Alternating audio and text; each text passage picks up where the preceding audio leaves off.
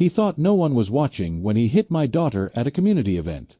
But the person standing behind him, let's just say, was wearing a uniform that day. I'll never forget the sound. It wasn't just a slap, it was the kind of sharp, shocking sound that slices through laughter and chatter like lightning through silence. That was the sound that echoed across the community park's picnic area that sunny Saturday afternoon, the sound of an HOA bully's hand striking my daughter's cheek. My daughter, Emily, just 14, had been serving lemonade at our neighborhood's annual HOA fundraiser, a small event meant to bring the community together. Ironically, it was organized by the very man who hurt her, Mark, the HOA vice president. Mark was one of those people who believed authority meant control. He barked orders, yelled at kids, and treated everyone beneath him like they existed to serve his ego. Everyone in the neighborhood knew that crossing him meant fines, warnings, and endless harassment. But no one imagined he'd ever lay a hand on a child. I was standing a few feet away, chatting with another mom, when I heard his voice, sharp, angry, humiliating. "Didn't I tell you to pour it slower, you stupid girl?" Before I could even turn my head, his hand flew across her face. The crowd froze. The pitcher of lemonade crashed to the ground, yellow liquid spreading across the grass. And my daughter, my sweet, quiet, straight-A student Emily, just stood there, trembling. Her lip quivered. Her eyes filled with tears. But she didn't cry. She just whispered, "I'm sorry," and tried to pick up the broken glass. That's when something in me snapped. You see, Mark wasn't just any neighbor. He was the HOA's golden boy, rich, connected, and charming when he wanted to be. He'd been the vice president of the Homeowners Association for 3 years and acted like he owned the whole neighborhood. His wife was the self-proclaimed queen of the block, and his son, Tyler, bullied half the kids in our street. But adults, they stayed quiet. Because Mark was powerful.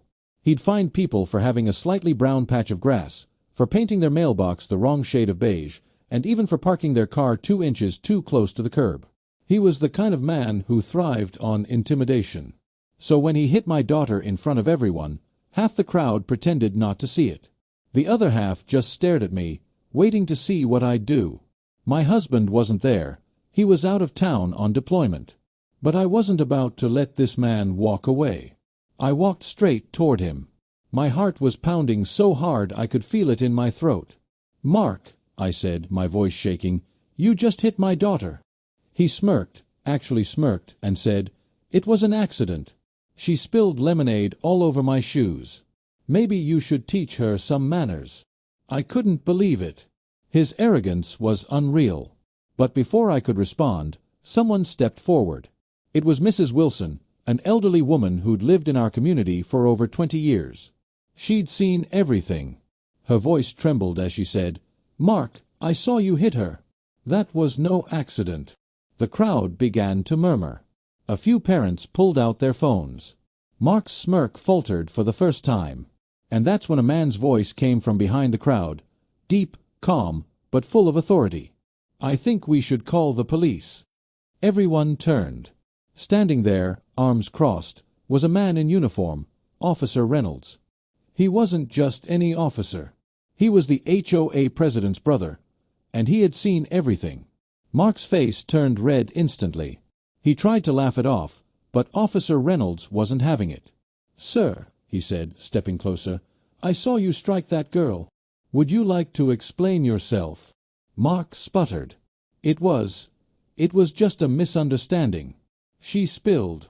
"You hit a minor," Reynolds interrupted coldly. "That's assault." The crowd started recording. Parents were whispering, others nodding.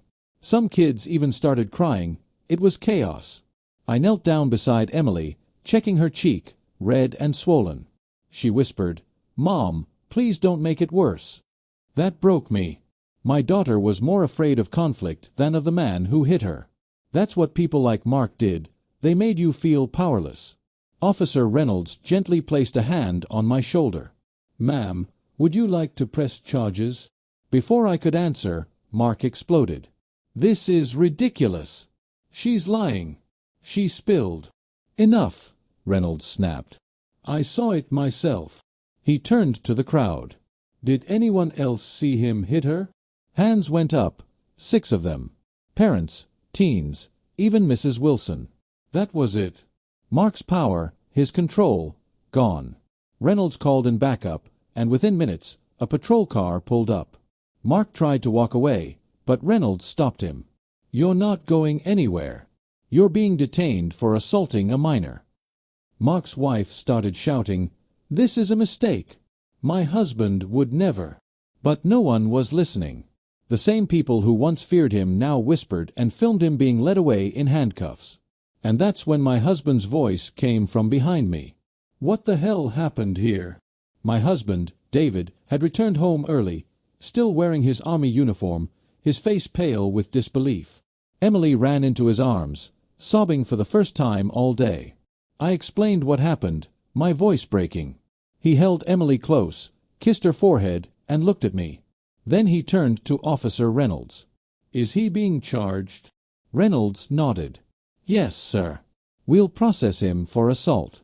And the HOA will be notified." David's jaw tightened. "Good. Because if the HOA doesn't remove him, I'll make sure they answer for it." That night, word spread fast. Every neighbor in the community heard about it.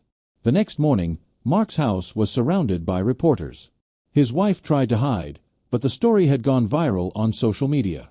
Someone had posted the video, the slap, the crowd's reaction, and the arrest. Within 24 hours, it had over 1 million views. The headline read, "HOA Vice President caught hitting teen girl at community event. Officer witnesses assault." He lost his position, his reputation, and eventually, his home. The HOA board forced him to resign, and new elections were called. But even then, I wasn't celebrating. Because deep down, I just kept replaying the look on Emily's face, scared, embarrassed, and small. Until one day, she walked into the kitchen holding a small printed paper. "Mom," she said softly, "someone at school wrote this for me." It was a handwritten note that said, "You're brave. You stood up to a bully. You made all of us proud." That's when I realized my daughter had become stronger than any of us knew. A few weeks later, we attended the HOA's emergency meeting. It was packed, standing room only. The new interim president, Officer Reynolds' sister, opened the floor for public comment. David stood up, his voice calm but firm. "No one here should ever fear their own community. What happened to my daughter wasn't just a slap, it was a wake-up call. Authority doesn't mean abuse. It means responsibility." Everyone applauded. Even Mrs. Wilson wiped tears from her eyes. The board officially voted to ban Mark from any HOA leadership role for life. He also faced community service and anger management classes as part of his plea deal. Justice was served. But the biggest victory wasn't legal, it was personal. Emily started speaking at school assemblies about standing up to bullies, no matter their power or position. She once said, "Sometimes the strongest thing you can do is simply tell the truth." And as I watched her on stage, confident and smiling, I realized something profound. That one cruel moment, that slap, could have broken her. But instead, it made her brave. And Mark, the man who once thought he ruled our neighborhood, he ended up moving away quietly. Rumor has it he took a job out of state, far from anyone who remembered that day. But I remember. Because every time I see my daughter laugh now, every time I see her walk proudly through that same park, I know one thing for sure. Karma doesn't miss. It just waits for the right moment to strike back. Never underestimate quiet people, or a mother's love.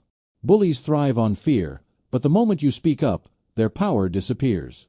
And for every Mark out there, remember, someone is always watching.